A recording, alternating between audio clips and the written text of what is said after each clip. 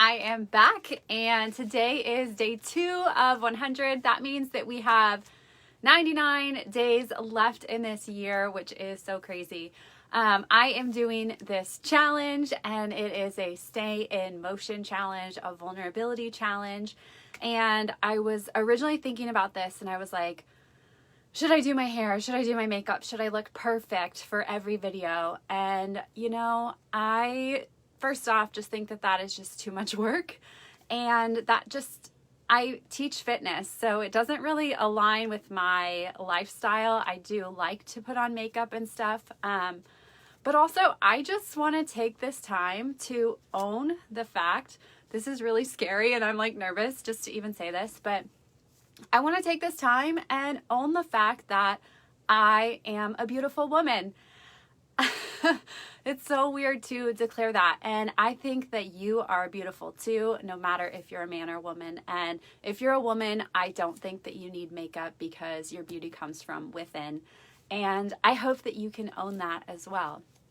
So I am doing the artist way, like I talked about yesterday, and I am not going to talk about it today. Today, I had some inspiration that came to me while I was talking with a friend and a mentor.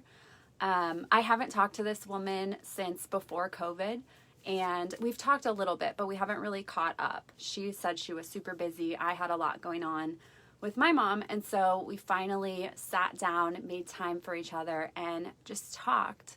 And I learned a lot about what she has been doing the past couple months.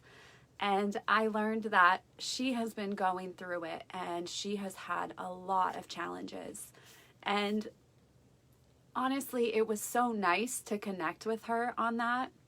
It was also really humbling, perhaps, because it's a good reminder that so many people are going through so many different things that we don't even know about. And, you don't have to have a parent or a friend, or you don't have to have a death to really be going through it. There are so many things that we are feeling right now, and it's hard.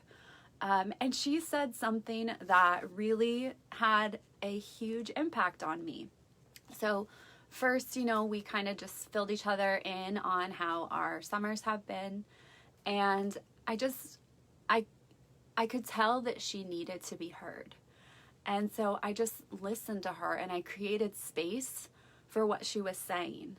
And because of that, she just shared so much, and it felt good on my end because we got to connect deeper. And I know it felt good on her end too, because she told me, but also she got to release a lot of that stuff that she's been holding on to. So I would just encourage either side, whatever side you're on, if you're feeling good, make yourself available. Reach out to friends that you know, or maybe that might be hurting, or just reach out to friends and ask how they're doing, because you just never know what is going on in somebody's world. And if you are hurting right now, then I really would encourage you to find someone to reach out to. And, if you really don't feel like you have somebody to reach out to me. You can message me and I will listen, because I love listening. That is something that I do think is a strength of mine. So, please reach out to people right now. We need it more than ever. So after we got done sharing our summers, and she was crying and I was crying, and we were both, living in this heartache, there was a pause, and she looked at me and she said, "So what are you excited about? What are you excited about?" And it's such an important question that we don't think about enough, especially when we're going through hard times, right? You get what you focus on. And I know when you're going through hard stuff, it's so easy to just get lost in that. But I would encourage you to think about one small thing that you're excited about. And if you can't think of anything, then maybe you can create something.